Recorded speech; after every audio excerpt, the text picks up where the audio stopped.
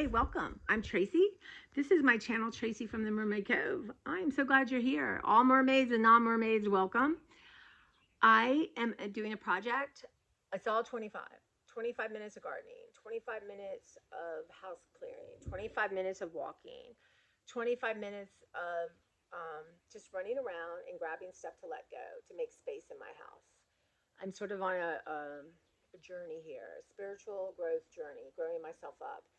And having just lost two friends, which if you watched the last one, this is going to be maybe I don't know. I want to do 25 of these. Maybe they won't be. Maybe 25 every other day. But I've lost, and you go through someone's house and they're gone, and their stuff's there, and they did. I mean, both my friends enjoyed their stuff, so it's not like I want to be minimalistic. I don't. I would make me very unhappy. But I'm just thinking about, well, I work in a library and you weed, right? And you let stuff go to make room for the new stuff. And that is the part that's been missing for me, is the weeding part, letting go. But I've been weeding for like 2 years, more since my mother has passed on. So it's just more and more and more that I'm gonna let go of. Yeah. And it's painful sometimes, and sometimes it's just fun. I think, okay, why were you hanging on to that? You just don't see it. But when you're being intentional, I think that's the difference, right? I'm trying to live a life more intentionally, more in the moment, out of my head, catastrophizing. Y'all know what I'm talking about that do that? I think most people do it. Phone rings. Oh my God, who died? Hey, you just won $1 million. Why don't we think that? Oh my God, they're calling to tell me I won $1 million. No, somebody died. There's a problem. Anyway, I think it's human nature, but I'm going to go away from that a little bit and more into the imaginative fun side, right? And put out there all kinds of fun stuff and see what the universe brings me. So, this is number 5. That will be 125 things that I have let go. I have tons of bags. There is videos of me going through just my bags. I love bags. I'm a bag person, and just the bags I show in there are still the tip of the iceberg. In my studio, which I started all this, I do art. I'm an artist, creative person, and it just gotten out of control. And I haven't been really in there for about 6 years, since before my mom died. So there's something about my friend dying that day that pushed me into that space. So I want to reclaim it and honor it. So that's what kind of started it. But I have tons of bags full of stuff in there because I love paper. I love paper. I'm never not going to love paper. I love stuff like that. When you do mixed media collage, ever since I was a kid, I've cut things out of magazines, catalogs, whatever I could find, and put them on paper. And there's something in the process that's super important for me. And I know now, I just had this realization right here on camera. This is why I do this. It's because of my ADHD. Of course, when I was doing that, I was focused and calm. Yeah, of course, that's why I've always done it. I mean, other people do it too, but I think for me, it just was a space where I was out of my head, out of that craziness. Because back then, I had no idea I was ADHD. In hindsight, you can see it, but in that time, 70s, even early 80s, it wasn't a thing. At least where I lived and grew up in Maryland. So yeah, that's why I do it. But anyway, I have tons of that stuff. Do I need all of it? No. But that's going to be one of my last hurrah, is going through paper to let it go, and then going on through books. And I'm not sure. I mean, I can go probably every bookshelf. Maybe I'll do that. Like 25 books will be one of these, and just go to each bookshelf and grab a couple. I have 17 bookshelves. Not all are full of books, but there's a lot. But everything's a possibility, right? So I'm limiting. I've got to rethink that because with ADHD, the more choices you have, the harder it is. Like, I was in the store looking for cheese, grated cheese, right? You guys, when did we need 40 cheeses? I didn't count, but when did we need 40 different cheeses? This is a nightmare for an ADHD person. I like doing it online now because I can like go through and narrow it. But in the store and all the energy and stuff going on, it's crazy. Now I'm trying to buy what's on sale, so that's limited it right down. But it is if you there's a word for it. if you don't literally are diagnosed with ADHD, but the way the world is today, I can't. Edward Howell wrote a book about ADHD. He's sort of the authority. You know, it became popular. I'm sure there's other people who've done other things, but he wrote a book called 2.0, ADHD 2.0, and he was talking about we live in a world now that fosters that creates that in people that might not necessarily biologically have that. So I am kind of learning a lot. I'm older. I'm aware of myself a lot more. I'm much more self introspective because you really can't change without understanding where you are, and even why might not be as important. Okay, we all had crazy parents, or you know, I don't know who gets through childhood unscathed. I mean, you think about it. We're born. People love. I mean, if you're lucky enough, and I know there are people from day one that are treated horribly, and but if you're loved and like, oh, look at you walk, clap when you go potty, and then you go to school, and all of a sudden it's like you're one of the yeah. So I don't know. I just think it's a lot in life. But I'm digressing because that's what I like to do. I like to talk. So if you like to listen to people talk, you are on the right channel. Okay, so let's get on. So I'm finishing up with the DVDs for now. So I have Jackie Brown. Again, some things I just know I can stream like right now for free. Sequoia and King Canyon National Park. My mom loves stuff like this, and we watched it, so I don't need. It's just she loves stuff like that. I do too. The Private Life of Sherlock Holmes. Again, I'm not a Sherlock Holmes person. Why do I have that? Grace and Frankie season 1. Now I have 2 of them, right? So I'm gonna let this one go. I don't know if I'll go back. I loved it. It was funny. I mean, the first couple seasons, and then it's kind of repetitive. Dwayne Johnson Faster. I probably got this for Zachary and my nephew, and I don't think he has a DVD player. I'm sure Hulk. Confidence. I got it because Andy Garcia's in it, but I think this is one. I was just a con artist on that. No. And something called God's Pocket. You know, Philip Seymour Hoffman, God bless his soul, gets on my nerves, so I'm not. Okay, look at this, y'all. Entourage, the whole complete series. I've seen a few. I'm not going to watch young boys, men being ridiculous. I don't think so. Reservoir Dogs. I know that is for Zachy. Garfield, the movie. I saw it. Once was enough. Love me some Garfield. This is something my mom. No, oh God, I can't get rid of this. Times Go By. Historical videos of fertile Minnesota from 1938. Oh Lord Almighty. My niece and nephew will have to do that. The Hills. I think I kept the. I don't know. I don't need to see it. The Simple Life 3, y'all, the original.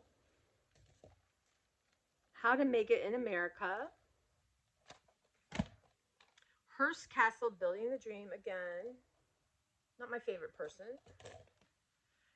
United States of Tara, second season. I kept the first season because I'm sure you can find these online. But I'll probably go in the next round. And then to round it, okay, I have to replace this with something. How stinking cute is this thing? It's made with like little push pins and clear beads. It's so cute. It's adorable. It's time to move it on and let somebody else love her, right? Someone's gonna love you. So I've enjoyed it, but really, you stop not seeing anything. This is just like a little snow globe that I had pictures of my mom and me in it. It's just a cheap snow globe. Lord knows, don't know. Just a cup. Probably should wrap that. Okay, Hello Kitty. My friend just gave me one for Valentine's Day, and I think that's enough because I'm not going to drink out of them. They're not easy to drink out of, so I put things in it. But I have one. I think one is going to be enough for me. And this little cup, it is. I think it's a presidential seal. So my mom was a tour guide at the Capitol. Someone probably gave her this. Let's see, Salisbury Pewter's Images of America, handcrafted fine pewter. But yeah, so she was a tour guide, and then she worked for the speaker's office, and she loved it, and she knew everything going on in the floor, and she knew who everyone was, and she was major news junkie. But we've had more than anything we've collected. We just have amazing experiences. But I do have this. She liked pictures of the Capitol. Needless to say, she had all kinds of books on Statuary Hall and statues, and she ended up donating most of that to the Senate Library or the Congressional Library. I don't know which side she did, but so I have. Let me show you. I have to stop this and start. Do anyone know when I go from my view to the other view, I have to stop it. It won't automatically do it. But I'm not going to go up super close on everything, but there's just so it's Capital stuff she's collected, her award for being the tour guide of the year. There's a signed picture, you don't see it there, of the Capitol. When I was there, I had all the senators sign it. My dad's flag. Yeah, so yeah, but I don't know.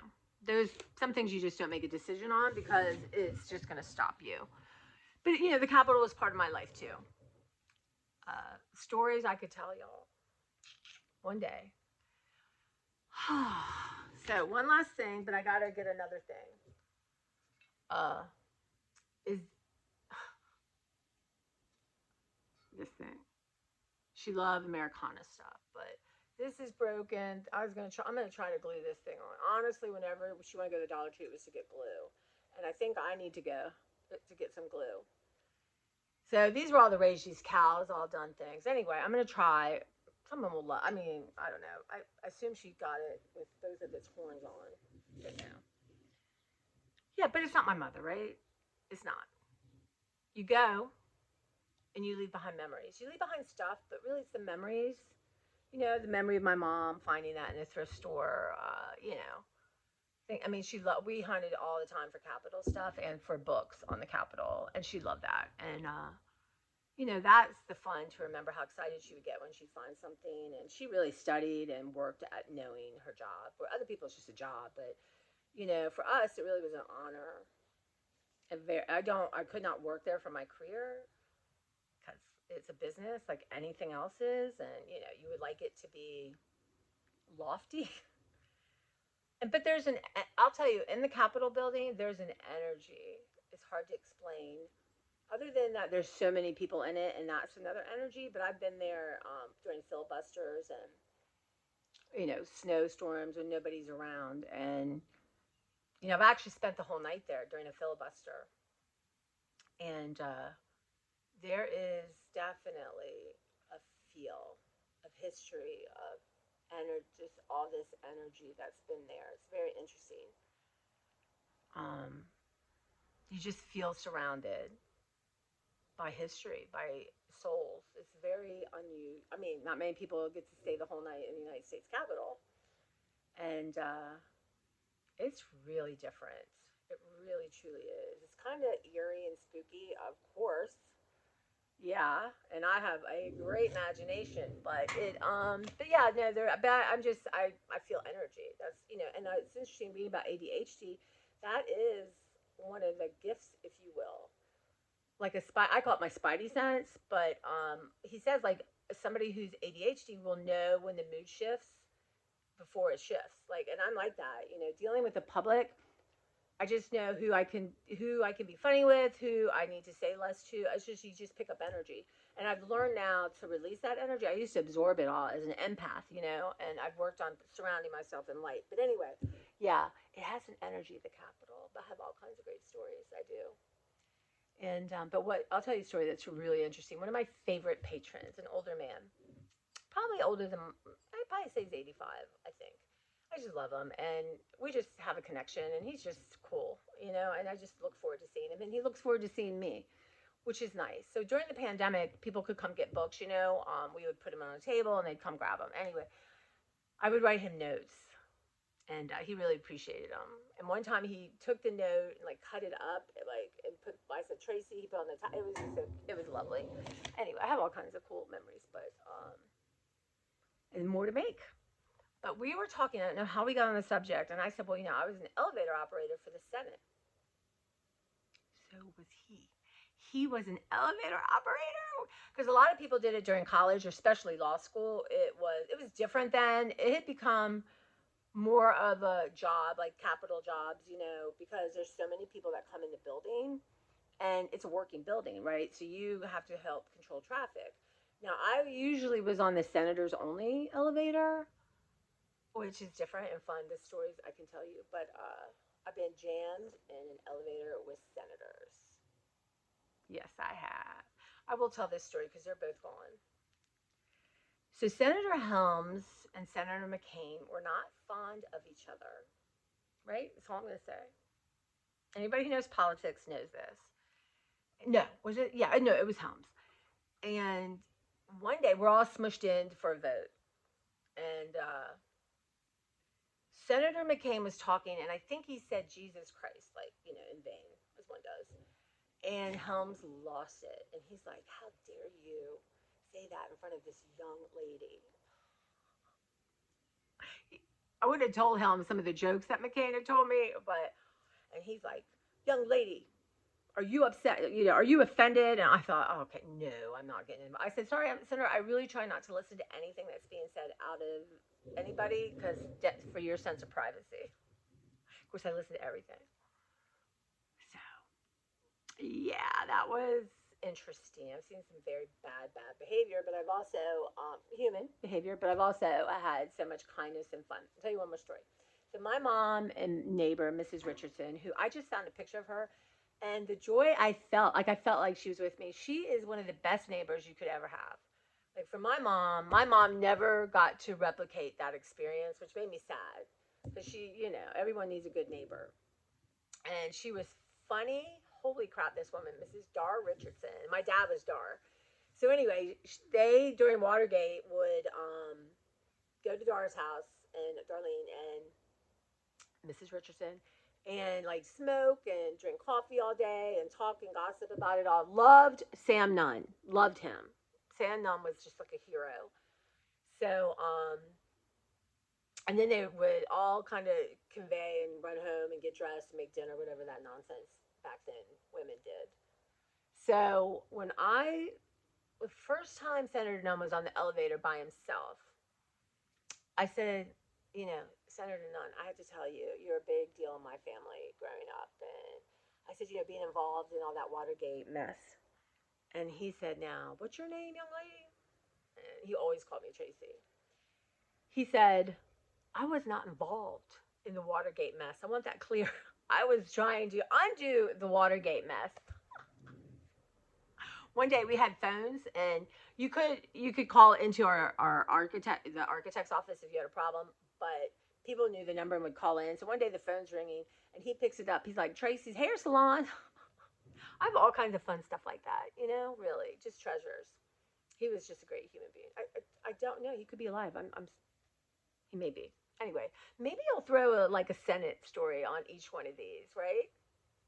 Anyway, it was very special to me and my mother, and yeah. So you know, I think I'm going to keep on to that. You know, it's just hard to know when it's other people's things. I mean, things I bought, stuff mine is easier, but I have let it go a lot of her stuff.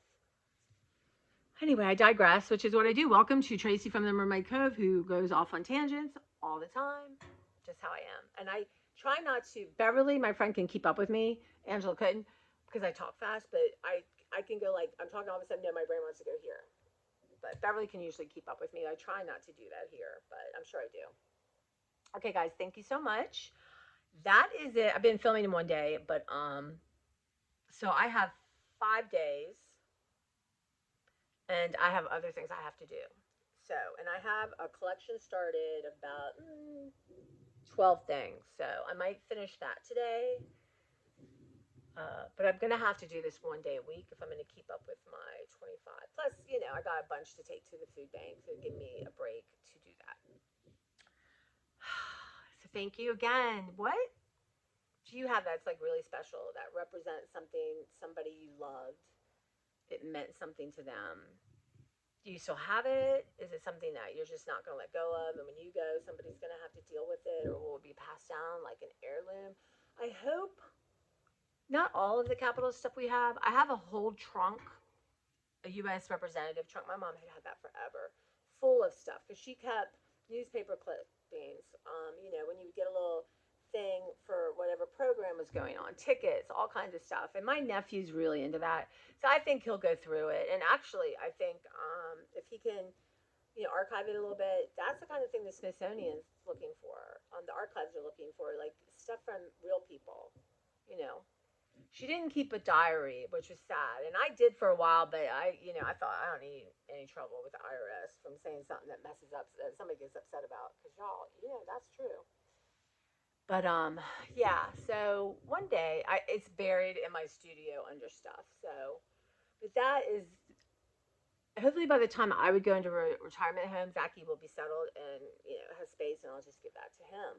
But of all the capital things, I would hope he'd keep the one that's signed. I mean, the plaque that says, tour guide of the year. I don't know. I don't know. I don't know. But some things will speak to him. There's also a picture of me with around this area. And I guess people fly in too, right? But around this area, you always in ninth grade go to the Capitol, the Senate, or the House. I think we went to the House.